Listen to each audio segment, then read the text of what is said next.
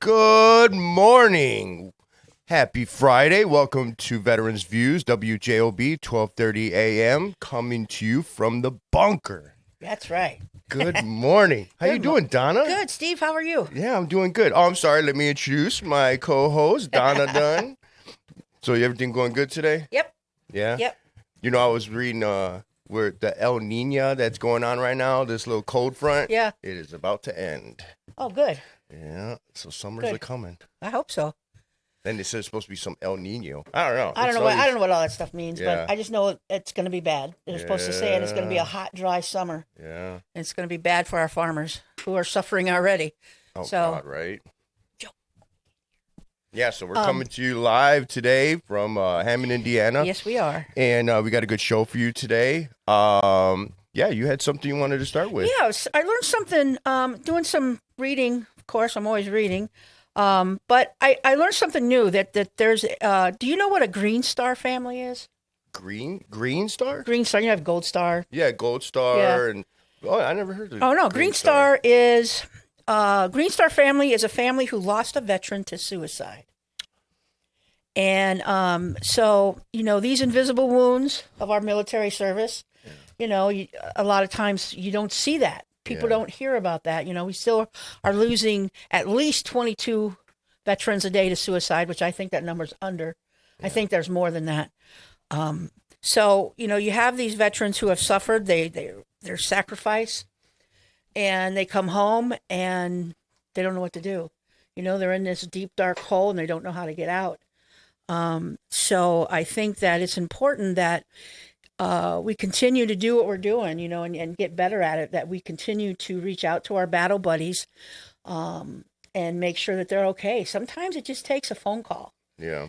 Hey, man, are you all right? What you doing? And sometimes it just takes that, and I know we've all been there and been in that deep, dark hole and not thinking we could get out. But, you just got to, it's hard. Yeah. As a veteran to reach out for help because we're always told to just suck it up and deal with it. There's so many stigmas out there when it comes to this stuff, too. It is. Veterans are afraid to get help because then they're afraid. And the biggest one I hear is, they're going to take my gun. Exactly. And stuff, Exactly. And, I mean, at that point, that's, who cares? Yeah. I hate to say it, but who cares to take, get healthy first. And then, if you want guns later, go for it. But it's, they're having that monument that they're starting over there in what was that, Hebron or something, where it's going to actually identify veterans that have passed due to suicide. Yeah, which I think is a phenomenal because they've never done anything like that before. No, I've never seen that before either. No, so and I'm curious how they're going to do that. Yeah, but I'm thankful that they are starting to recognize that that is a legitimate problem.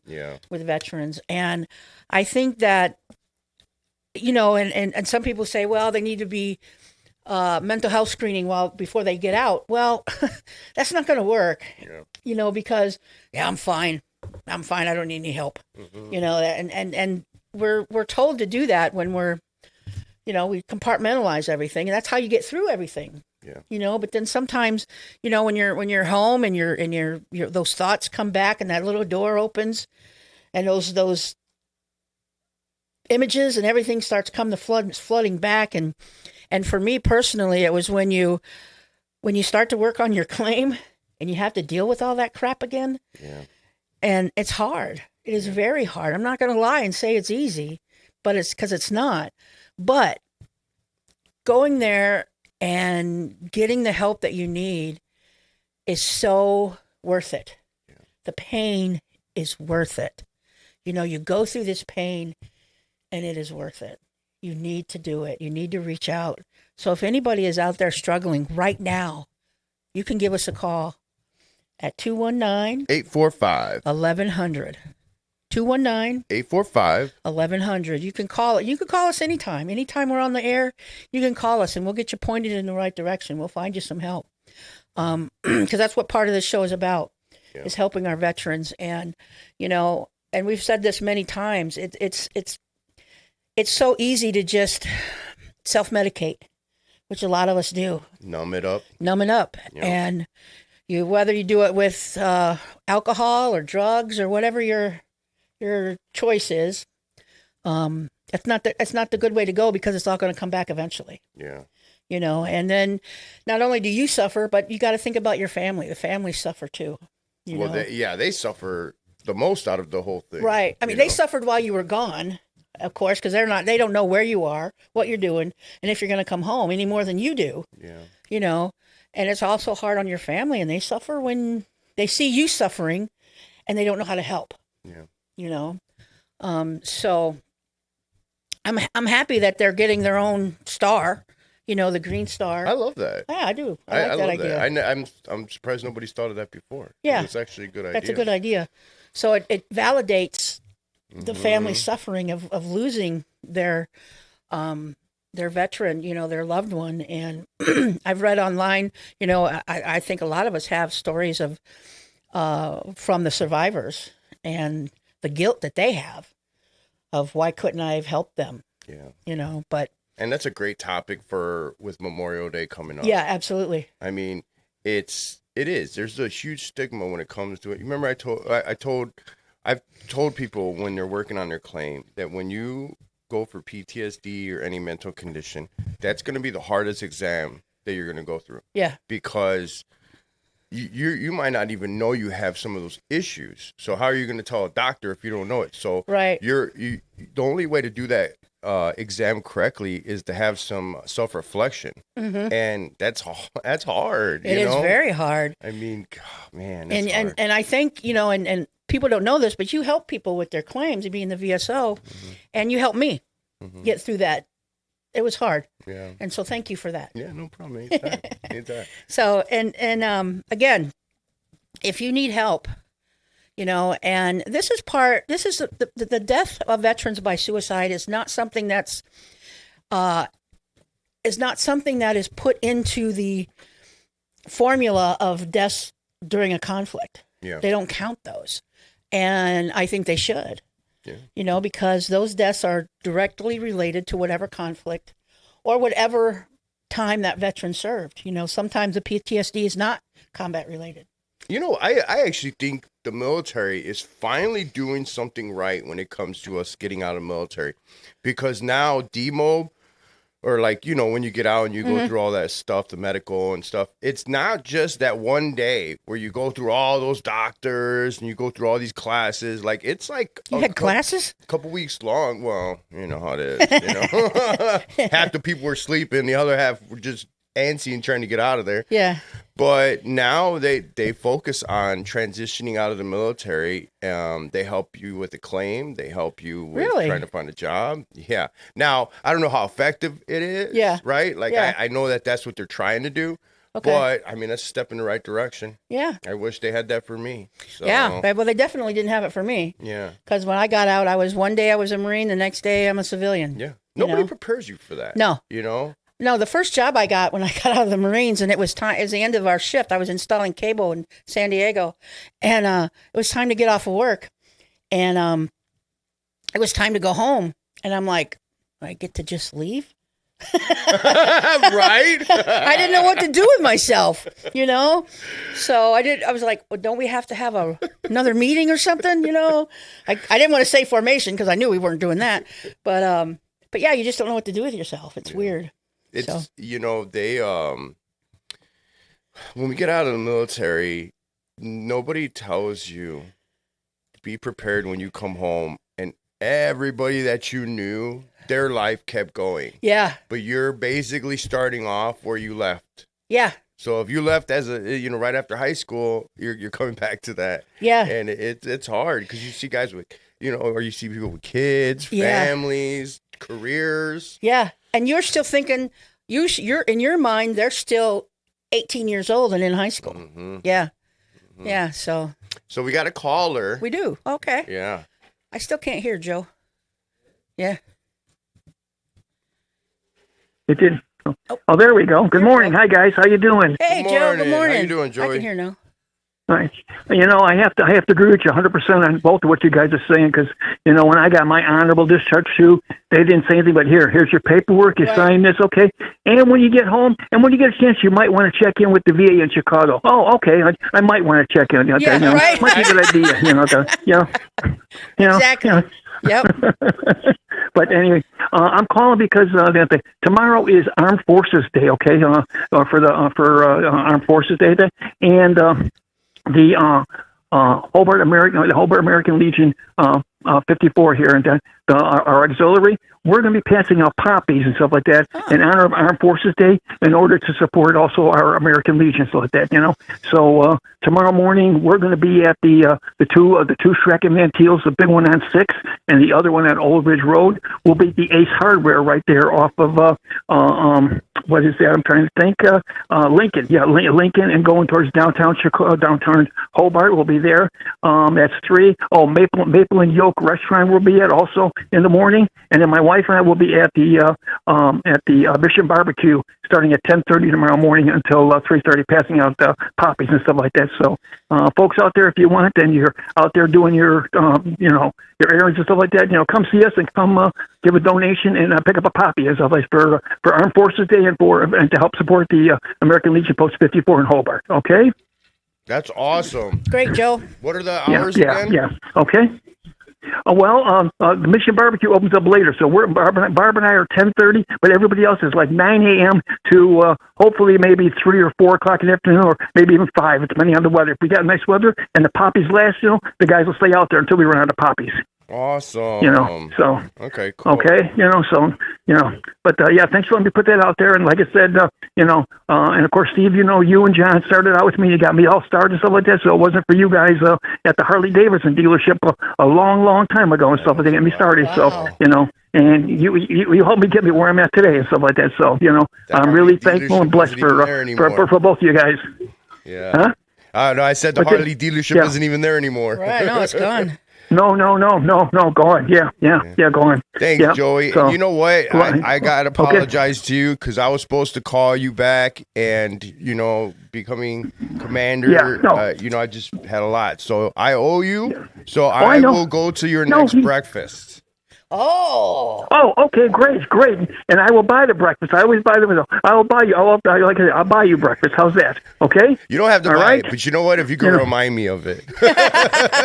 Yeah. I can send you a text or whatever. I forgot to send text for breakfast. I put it out for everybody. You're on the list anyway. You're on the breakfast list anyway, and stuff like that. So you should get a text message anyway. But I can give you a thing before that. But love to have you and stuff like that. If you can, love to have you. I owe you. So you know what? I'll sacrifice my sleep for one morning and I'll come out. We're brothers in arms and we do for each other. So you don't owe me nothing. So it'd just be a pleasure to have you for breakfast. That's all, my friend. Okay, all right. So you don't owe me a thing. All right, then just your friendship. I greatly appreciate your friendship. Okay, all right. You're awesome. Thanks, Joey. Okay, all right. God bless. Have a good weekend. Okay, all right. All right. Thanks, Joe. And come out and support 54 on Saturday for Armed Forces Day and for the Poppy Day. Okay, all right. Thank you very much. All right. All right. Thanks, Joey. All right. Bye, guys. Bye-bye. Have a good weekend. Semper Fi, Donna. Semper Fi. Love that guy. Mission Barbecue, man. They got some. I just had them the other day. Yeah, they got some good food there. Ooh, they were so good. Yeah. I usually get the brisket. But I tried their burger. Yeah. Good? Their burger is so good, but it's really thick. It's super thick. Yeah, okay. So I cut it in half. And then I ate it like that. Okay. But, okay, cool. So I was looking at this whole President Trump's visit to China, right? And when they met up, okay, they put out statements. Yeah. And when you look at these statements, you can kind of tell where their thinking is, because President Trump was saying how they wanted to talk about expanding market access. They wanted to talk about the flow of fentanyl. The two sides, they were talking about Iran. So then you see what China starts saying, and their main focus is on Taiwan. Yeah. And he even made a comment during this luncheon that they had where he said to Trump's right across from him. He's like, how Taiwan is handled will be crucial because it could be the difference between us working together and us having a conflict. Yeah. And so it got me thinking, why did we even start supporting Taiwan, right? Yeah. Well, because they're they are a capitalistic democracy. Yeah. Yeah. Yeah. Well, so I guess when we were fighting World War II, Japan had control of Taiwan. Mm-hmm. So then when Japan lost, China was our ally. So then they got, they basically got Taiwan out of the deal. And then a couple years later, there was a revolution there. And it was the communists versus the nationalists. And the nationalists left and went to Taiwan. So now it kind of makes sense why they're always conflicting with each other. Yeah.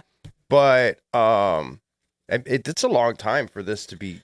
Well, there's some islands there in off the coast of China, and China said that they wouldn't do anything with the islands, and look what they did. They put bases on them and missiles and all this other stuff after they said they wouldn't. So I don't trust anything that comes out of their mouth, and they said that, and then I read a little bit about that discussion they had at the lunch, and basically China compared us to Athens, Greece, and the downfall of the Roman Empire. My God. Oh, yeah. And saying that we were on the down, going down, and we were on the down, going down, and they were coming up to be the world power. And that's the way they see themselves. That's why they're the most dangerous country to us. Well, yeah, because they kill their own people for body parts. How barbaric is that? Yeah, that's crazy. The Falun Gong religion, anybody that belongs to that in China, you cannot admit that you're part of that religion, because if you do, you are put in prison. Wow. And if you are put in that prison, there's a very good chance you will never see your family again, and that you will be killed so that your body parts can be sold. And so they're like really harvesting organs. Yes, this has been reported. I just read a book about it. That's crazy. And it's a very eye-opening book, because not only does it talk about that and how that happens, and they have proof because somebody whose body parts were harvested, I think it was a kidney, actually made it out and is living in this country now. That's crazy. And do they know that this is happening to them? Are they is this a program that they're volunteering for? No, nobody's volunteering for this program. Wow. No. That's crazy. No, and actually you can go from this country, we're just guilty, because you can buy an organ in this country from China. They set it all up before you go. You send them all your test results, and they find you a match, and you go over there, and for pennies on the dollar, you get a new kidney or a new heart. Wow. I'm not gonna lie, when I got my driver's license, I got that to be an organ donor. Yeah, I'm taking that off of mine. So I'm taking that off of mine too, because I've actually read, and this is multiple sources, that they will not work on you. Yeah. Just to keep you alive and harvest your organs. Yep. And I just read that they're going to redefine what it means to be dead. What? Yeah, I just read that the other day. And I was like, wait, what does that mean? And I'm like, I'm taking that off of my driver's license. I thought, well, if I'm not using the body parts, somebody else can use them. Yeah. But that's what I was thinking too, but don't mess with my life. Right. There was a father who did not believe his son was brain dead. And at gunpoint, he held the people away from his son's room. And his son is now flourishing. That's awesome. Yeah, saved his son's life. That's awesome. But it took a gun and a standoff to do it. Yeah. That's crazy. That's like that movie with Denzel Washington, where he goes into the hospital. Oh, yeah. And he's trying to get a new heart for his son. Oh, Q. Yeah. Q. That was a good one. You should have went to China. Could have got one. Yeah, right. So, So I was seeing that about China, and it's like I was saying, China's a big threat, man, and they are trying to come at us taking our technology. Oh, they are taking our technology. They're trying to come for the dollar. And what people don't understand too is that when you, as a company, when you make a deal with China to sell your product in their country, you have to turn over all your intellectual property to them. And that's how they make your widget. And of course they make it a lot cheaper because they pay their people $1 a day or whatever it is. Yeah. And they have slave labor over there. So they take your intellectual property, they make your product much cheaper, and then sell it in this country. Bing, bang, boom, you're out of business. So they let you go there, but you have to give up how your product is made. Yeah. And then, so basically, you're going there for a couple of years. You need to make as much money as possible because you're going to eventually be kicked out. Yeah. And then what happens is we allowed them back in the 80s, I believe it was. I could have my date wrong, but anyway, they when we allowed them to put some of their companies on the stock exchange, well, those companies are supposed to be audited by the SEC. And we're not allowed to audit Chinese companies because it's national security. Oh, yeah. That's crazy. Yeah. So, and the reason our country decided, I don't know if it was the government, but the reason the people that decided that this was okay was because they knew that these companies are backed by the Chinese government. You know, if they don't fail, businesses don't fail in China unless the government wants them to. Yeah. So, they said, oh, we'll make money either way. So, yeah, let them in. That's crazy. Isn't that crazy? I mean, it's ridiculous what we've allowed to happen, you know, and I kind of understand why they wanted to start relations with China, because back in the 70s when Nixon was the first president to go to China, and that was the beginning of the end right there. But they were trying to hedge their bets against Russia at the time. And I get that part of it, but we went way too far. Right. In Russia is just, they try to come at us with brute strength, and they're never going to win with that. That's why China's like that one that just sneaks around and gets you from behind. Yeah, you know? They have a long-term plan. They have a 200-year plan to be the rulers of this planet. Wow. And it's right on track. And people need to wake up to that fact. Right. You know, the cheap labor and, you know, the cheap stuff that we get from China is no joke. That's part of their plan. Yeah. You know, they're buying up real estate. They're buying up real estate in Mexico. They own a lot of the rare earth minerals, our access to them. Yeah. You know, and the reason they're rare earth minerals is not because they're rare. It's just because it's such a hard process to get them out of the ground. Wow. And the reason they're able to do it so cheaply is, again, they use kids and they use slave labor to make these phones. Wow. And I bought this phone before I learned all that, but so I won't be buying. Well, I don't know. You know, it's so hard because so much of our stuff is made over there. Mm-hmm. You know, and Trump was supposed to make a USA phone. Look how well that worked out. A phone made in the United States, and he reneged on that. People sent in $100 for this phone that was supposed to be made in the United States. Now they're not getting it. And they're not getting their money back either. So what a racket! Yeah, it's like a GoFundMe, you know. So yeah, they funded him. All right. Those what do they call those? Crowd starters? Crowdfunding. Something like that. Yeah. Where they fund things. Yeah. Yeah. So. Oh my God. Yeah. So that's ridiculous. But anyway, I mean, we need more stuff made in this country. But part of the problem is China can make the stuff cheaper because they don't have the regulations we have. Yeah. You know, they don't have an EPA, of course. They don't worry. They don't give a crap about global warming or whatever, you know, or anything like that. So they don't care about any of that. And they do what they want to do. You know, the Communist Party runs their government, and that's their philosophy. Yeah. You know? I mean, and they're not the only ones that stuff's going on right now. No. I mean, there's what was I reading? Cuba. You see that? What? I mean, there's like violent uprisings right now because they ran out of fuel. Yeah. They denied $100 million in aid from the United States. Mm-hmm. So now they're like out, and people are revolting, as they should. I mean, they're even talking. I think I saw that they're talking about indicting one of the Castros. Really? Yeah, the United States. I mean, they haven't done it yet, but yeah, that's interesting. Huh. So, talking about international news, let's talk about Labor's International Union of North America, 41, one of our sponsors. They're located at 500 Superior Street in Munster. You could reach them at 219-924-7922. DAV Chapter 80, they meet the second Friday at Cedar Lake, American Legion Post 261, 13050 Washington Street. You can reach them at 219-386-2282. DAV Chapter 17, they meet the first Thursday at 7 p.m. at VFW Post 802, 5820 Holman Avenue in Hammond. Calumet Park and Funeral Chapel, always supporting our veterans. 2305 West 83rd Avenue in Maryville. Call 219-769-8803 for special veteran savings and complete burial packages.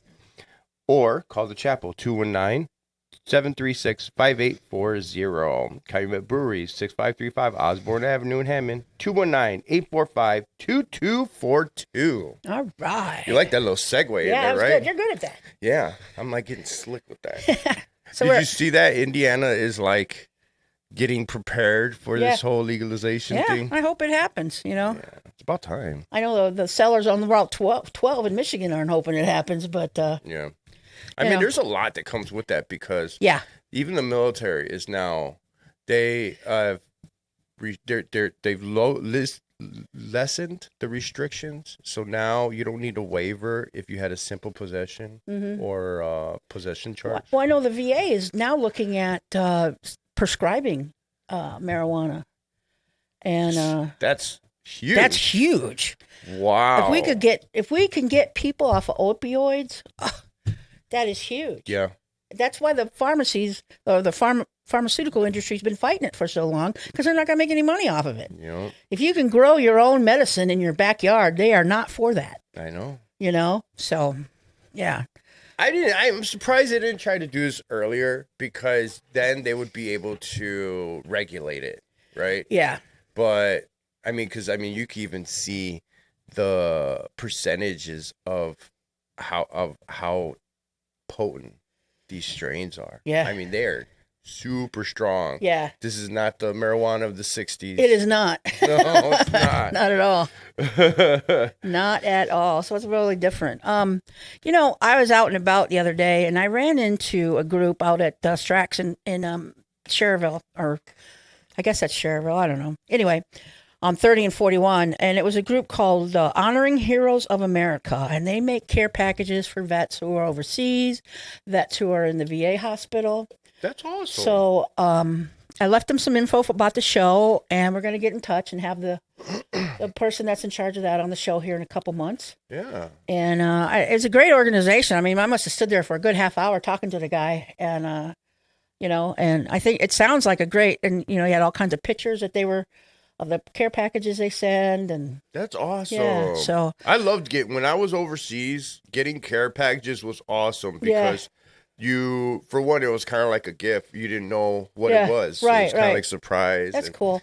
But then you're getting stuff that you don't know. Like out there, you have a PX, and then in the PX, they have some basic things from back home. But you know how it is. It's a little store, like right, probably not bigger than this room. Yeah. And they got to carry everything in there. Yeah. So cigarettes, batteries, deodorant. Oh wow, yeah. Shampoo. So that, imagine this room is packed. Yeah, with stuff. Yeah. But that's cool. But did your package have Okie Doke cheese popcorn in it? Because I loved Okie Doke popcorn. There's a box floating around Saudi Arabia with that in there somewhere. Wendy never got her package from my mom, from the 90s, so it's floating around over there somewhere. That's because somebody in customs probably got it. Somebody at the port got that box. Yeah, right. So it's funny. So I was reading on the they raised the age that you can enlist. Right. And it's I think it's 42 now. And I told my wife, I was like, I didn't tell her the age. I was like, look, I could join. I think I'm going to go back in. She's like, yeah, right, man. Your knees will never take it. I was like, I think I could do it. She's like, all right, well, this is what I require. I require $8,000 a month. So I hope your pay covers that. And you can only be gone a month at a time. Oh, yeah, okay. I don't know if they're going to let me do that. That's hilarious. Oh, if only, right? Yeah, right. If only. So we've talked about this on the show a couple in the past couple of weeks about the two soldiers that were missing in Africa. Yeah, they found them both. Yeah, I saw that. And unfortunately, they were both dead. And that was sad. That's very tragic. They were out on a hike, and I saw the video of the cliffs that they fell off of, and oh my goodness, they were pretty tall.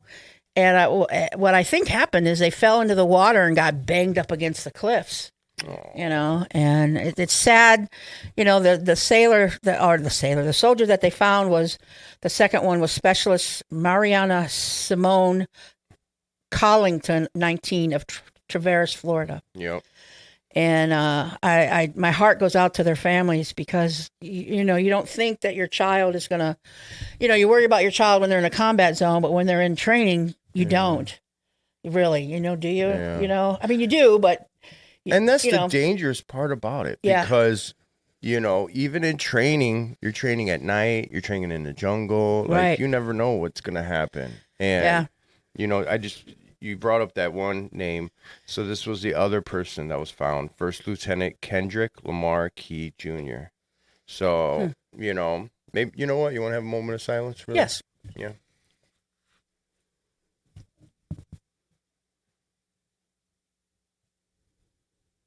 May they rest in peace. Roger that.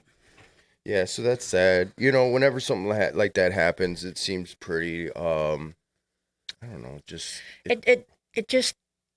It just hits you different. Yeah. There was a Marine recently killed at Camp Pendleton in a live fire exercise. And just because it's dangerous, and we know that the military is dangerous, doesn't mean that somebody didn't fail at their job. Right. And that's leadership. Their leadership failed in some way. Yeah.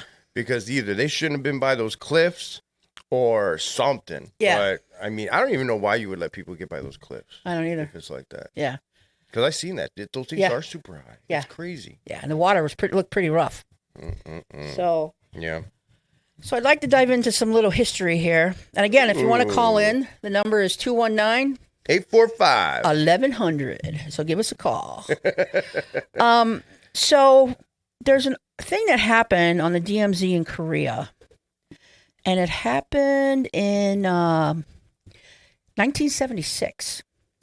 There was a 100-foot tall poplar tree that blocked the view between a UN observation post and UN command post number 3. And there's some risk with cutting this tree down. North Korean soldiers were known to drag unsuspecting United Nations personnel across the border into North Korea. So the one captain, Boniface was the captain, and he once defused a tense situation at the same command post after several Americans were held at gunpoint by North Korean troops. Wow. So there's a lot that goes on at that border that we never hear about. Yeah, right. So Captain Boniface was one of 19 people assigned to help take down the tree. He led Lieutenant Barrett, a South Korean officer, 5 workers, and 11 enlisted personnel into the joint security area where they were going to trim it. They didn't have sidearms because regulations restricted the number of armed people that could be in the area at one time. But they brought axes to trim the trees. So as soon as work began, 15 North Korean soldiers appeared, and they were known for being this lieutenant Pak Chul from North Korea was known for being confrontational. They watched the crew work for about 15 minutes before demanding they stop. And they said that Kim Il-sung, their president, had supposedly planted the tree. And they're like, well, you could have mentioned that 15 minutes ago, but they didn't. Yeah, right. So they continued working, and he turned his back to the North Koreans, which was considered an insult. So they got 20 more Korean soldiers came running, carrying clubs, crowbars, and then he ordered his men to kill the BAS. Yeah. And it's actually a North Korean slang for Americans.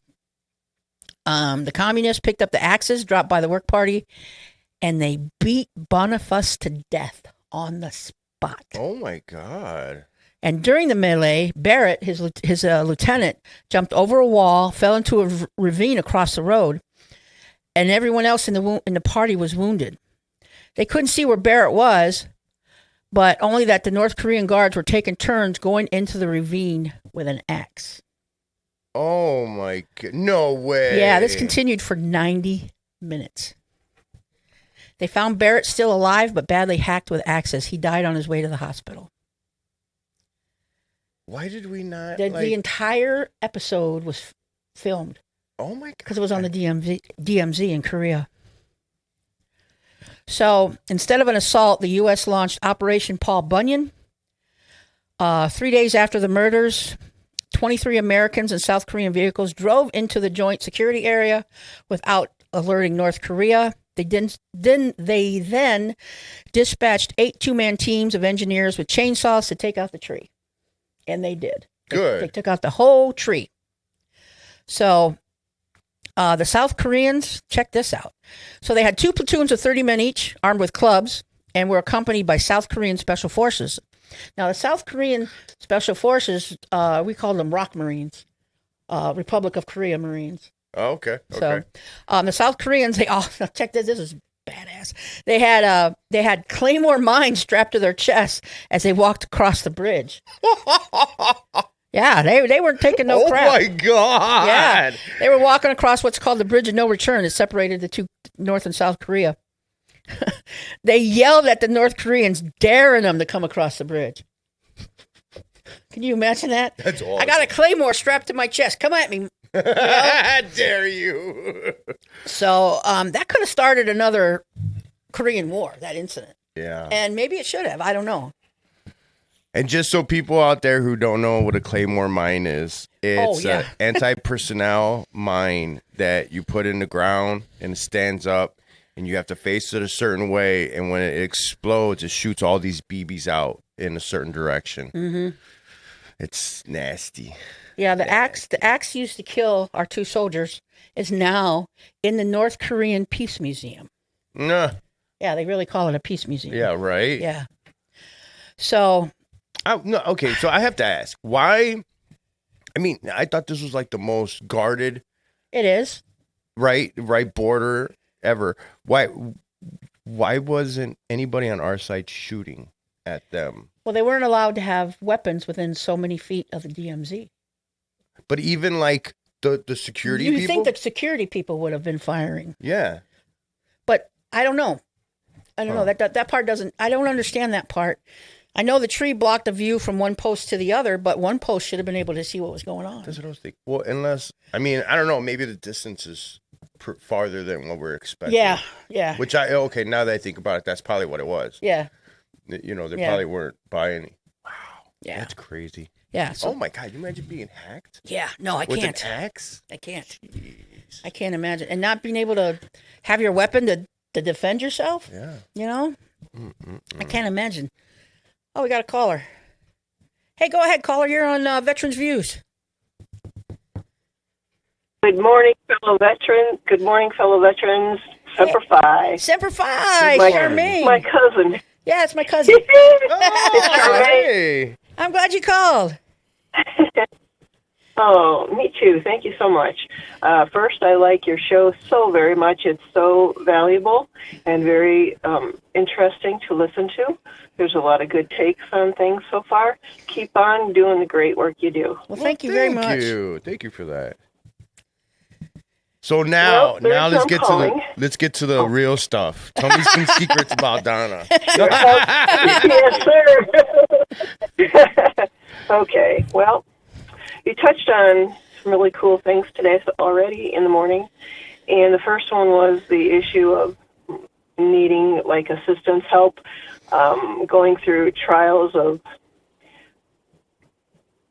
Yeah. Oh, did we lose? Oh.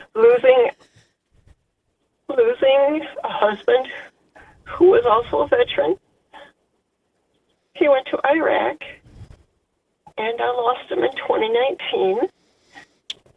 And I really, truly feel, you mentioned, as a spouse, I'm a veteran too. I tried to help, but I didn't know exactly what to do or say sometimes. I did what I could, and he suffered, and I think this was an extremely dormant PTSD. We got married, and then soon after he came back from Iraq. And I didn't hear much about things. He had things that went on, and he'd say it here and there, but we went on with our lives because we were newlyweds, and then, it just, life happened. And it was all new to us, and we were just having fun, but he was still, there was things going on inside of him, but it came out later when there were other extreme traumas to him in a psychological, emotional way. Yeah. And my friend, who is a nurse, kind of brought that forward, and I'm like, oh, he probably could be right, So then we lived life, and he drank himself to death, pretty much. And he hid it from me, too, for a long time, and I didn't know. So I'm still in that mode. I'm not out of it. And I wonder, they gave a time frame for filing claims, and I didn't want to go through it again. Yeah. I don't know if I even have the ability really to go through the claim process now, because it's been since 2019. So I just wanted to share that I'm a veteran, but I'm also suffering on the loss of my veteran. Yeah. And he's my hero. And anyone who has served has been around the military, and they're special to you. And they mean so much. And please stand by them. But that's what we have here. There's so many veterans out there hurting. And you can't put words to it sometimes. Yeah. And I'm sorry, I wasn't wanting to cry. Oh, God, don't apologize. Don't apologize for that. Thank you for calling and being so honest, and telling us your story. I'm so sorry that happened. I really am. We blame ourselves when stuff like that happens, and we think, well, maybe if I would have done something different or something better, and you can't think like that. Like you did everything you could to support them, and sometimes it's just more than what somebody can handle or more than what somebody can help with. So you did the best that you could, and maybe now is a good way to look at, like, now it's time to focus on you, and maybe that can help. I would love to help you with your claim. If you ever wanted help, by all means, reach out. I'll help you. And he will. All right. I was concerned. Thank you so much. I appreciate that, because I really didn't know if I have had a window and then it shuts down. No. So that you can't do it after a certain period. No. Oh, wow. You can file whenever. I mean, I have Vietnam vets coming to me for the first time still. So. Wow. Well, yeah, theirs is far more in-depth. I can't minimize, but yet I could never. I mean, Vietnam veterans, I'll tell you what. I love you guys. I love you women, whoever went. And I always learned, my husband went into a support group after he came back. And they were all Vietnam veterans. I mean, Vietnam veterans. And he was the youngest of them. But they embraced him because he did go to war. So he wasn't alienated or anything like that. They didn't minimize him either. Well, that's good to hear. The families were embraced as well. And then what I learned from it was that whenever you see a Vietnam veteran, say welcome back. And I do that all the time. Yeah. And I love doing it. They don't expect it, and they look at me, and they shake my hand, because I go for their hand or a hug. And they're right there. And I said, I do that because I don't know if you've ever heard it before. And I have never doubted you. And they're like, wow, thank you.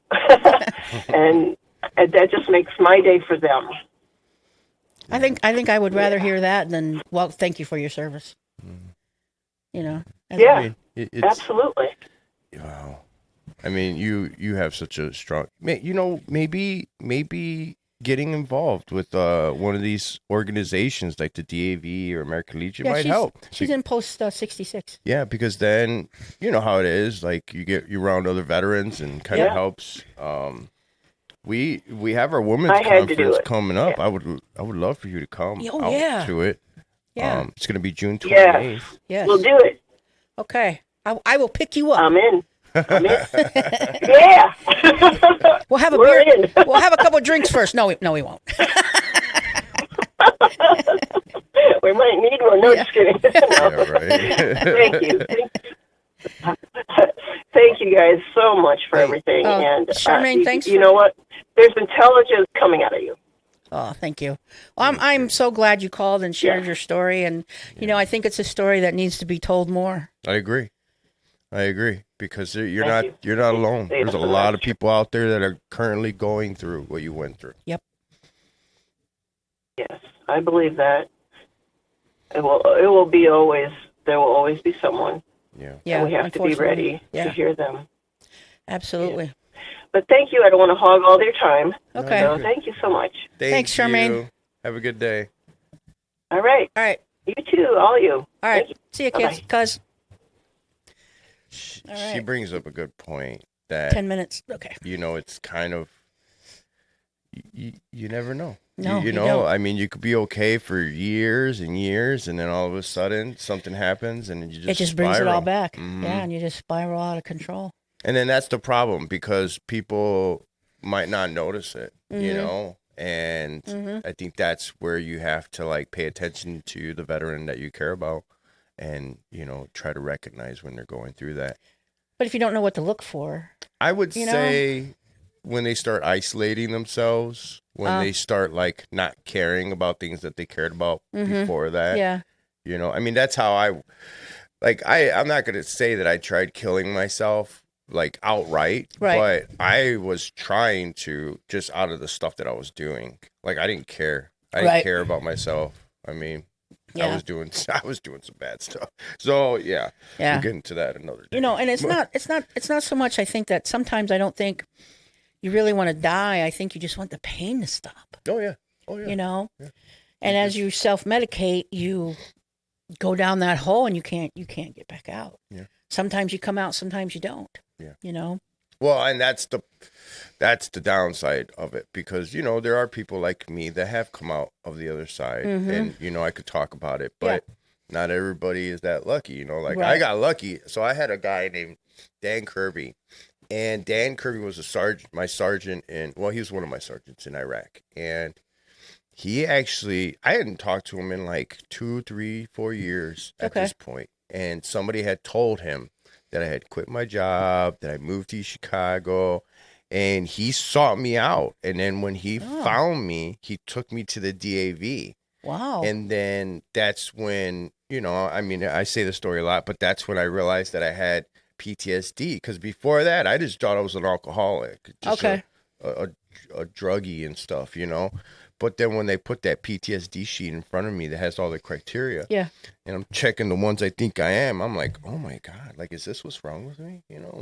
It's it's eye-opening. I mean, it is. Your whole world just changes when you realize that. Yeah, and it's hard to realize that. You don't think of yourself, and there's nothing wrong with me. I'm just I'm just dealing with it my own way. Yeah, and. Your own way is sometimes not good. That's a fact. You go down that dark hole and you don't come back out. I think a lot of us have been there. I've been there, and and my family saved me. Yeah. And I'm blessed to have the family that I do. I think that's probably where a lot of people need to focus on when it comes to helping veterans is educating the family. Yeah. On what to identify, what to do when. And we talked a little bit about what happens when you get out of the military. They're getting better at educating the veteran, but I say they need to educate the family too. Yeah. They need, especially those veterans who have been to combat. They need to tell the spouse or the family what to look out for. Yeah. Because you just don't know. You don't. Now myself, like I said before, I've never been to combat, but would I know what to look for? I think I would. Struggling with PTSD myself, but I would hope I would. But being somebody who's, you look at a civilian wife who's never had to who's never seen the horrors of war, would they be able to know the signs? Maybe not. Yeah. So they need to educate. Everybody needs to be educated, the family as well. Yeah. And so hopefully that can happen. I watched a movie, Outpost. Okay. Actually, I just watched it like 2 days ago. And it was about this outpost in Afghanistan. Okay. They got attacked by the Taliban. Okay. And, I mean, they lost like half of the people were injured. Maybe a third were KIA. Like, they lost a lot of people. And, man, it's watching those movies, it's like I can't help myself. I have to watch it. I have to see it. Yeah. But, man, does it mess me up. Yeah. Seeing the shooting and hearing the AKs and then, hearing the RPGs, it just... Does it bring it all back? Man, internally it does. Yeah. Because I start shaking with adrenaline. Wow. I mean, it's crazy. And I don't know, man. I don't know why I do it to myself. But, it's like I can't help it. Yeah. I have to watch it. What do you think about, because Dave and I talked a little bit about this before the show, we're talking about, how shooting sometimes can be therapeutic for combat veterans. Oh, yeah. What do you think about veterans who play video games, who play, Mortal Kombat and stuff like that? Yeah. I mean, do you think could be therapeutic as well? Yeah. When I came back, I played a lot of video games when I came back. Mm-hmm. Yeah. It was very therapeutic. Okay. And then I'll be honest with you, shooting is therapeutic for me too. Yeah. Yeah. Yeah, I love it. The smell of the gunpowder. Oh, yeah. It brings back memories, doesn't it? Yeah, don't get me started. That's okay. So since we're on the topic of injuries and stuff, let's talk about the Military Order of the Purple Heart, there you Chapter go. 721. Ooh, that's a good segue. They have their meeting the second Thursday at 7 p.m. at VFW Post 802, 5820 Holman Avenue in Hammond. Family Dental Care, I didn't get a chance to tell you, Family Dental Care is going to come in June. Okay. To be a guest. All right. Awesome. So veterans receive free exams, x-rays, cleanings, and 10% discount on all their services. 8 convenient Chicagoland and Northwest Indiana locations, Chicago's east and south sides, Calumet City, Crestwood, Oak Lawn, Evergreen Park, Munster, and Griffith. You can reach them at 219-804-9329 to schedule your appointment in Munster or go to www.familydentalcare.com. Ron J. Pressmer Insurance Company for all your insurance needs, auto, home, life, health, business, and more. You can reach them at 219-844-0103. Kuziak Construction, 1235 Summer Street, Hammond. You can reach them at 219-923-3007. Heroes Helping Heroes, Northwest Indiana. You can reach the founder, Rich Tokars, at 219-670-2501 or www.heroeshelpingheroesin.com. White Oak Home Care, 9800 Connecticut Drive, Crown Point, Indiana, 219-999-5869 or www.whiteoakhomecare.com. All right. So I'd like to read a statement by the acting Navy Secretary. His name is Hung Cao. He's a refugee who fled Saigon at the end of the Vietnam War and served 30 years in the Navy. So he has a personal message on the suicide crisis in the military. And this message, this is a leader right here. Let me tell you. Let me read this. And this is his statement. When I left the Navy, I convinced myself I didn't deserve to file for disability since it seemed like a handout. Now, that sounds perfect. I mean, I was the same way. But anyway, I wanted to ignore the ways my mind and body had started betraying me years ago. Now I understand that making accommodations is not weakness. You cannot see my scars, but they're there. Mm-hmm. And he went on to say, I feel a tremendous sense of responsibility to turn the tide of suicide in the Navy and Marine Corps. Every sailor and Marine should be treated like a sophisticated weapon system. We need to take care of them. The devil is a liar. Your brokenness does not diminish the blessing you are to the people who love you and the country that still needs you. Ooh. Wow. That is good. That is good. It gives me goosebumps when I first read that. And I'm like, now that is a leader. That is the kind of leader we need leading our military. Right there. Who is that again? He is the acting secretary of the Navy. His name is Hung, Hung Chow. I think it's CAO. Oh, I like that. Yeah. And he's Vietnamese. He fled Saigon at age 4. His parents got him out of Saigon. Nice. Yeah. All right. So, cool. and he served 30 years in the Navy. So he's an amazing man. And sounds like a great leader. Yeah, he does, actually. And he sounds like somebody who actually gets it, Yeah, I could see him being like a soldier's soldier. He's like a sailor kind of thing, Yep. And that's the kind of leaders we need in the military, who acknowledge this is going on and want to work to help it, realizing that, when he said he didn't think he deserved to file for disability, since it seemed like a handout. I mean, and I can relate to that myself from a personal standpoint, because I felt like I didn't serve in combat, therefore I don't deserve to file a claim. Yeah. So, but I'm glad I finally did. You talked me into it. So. Yeah.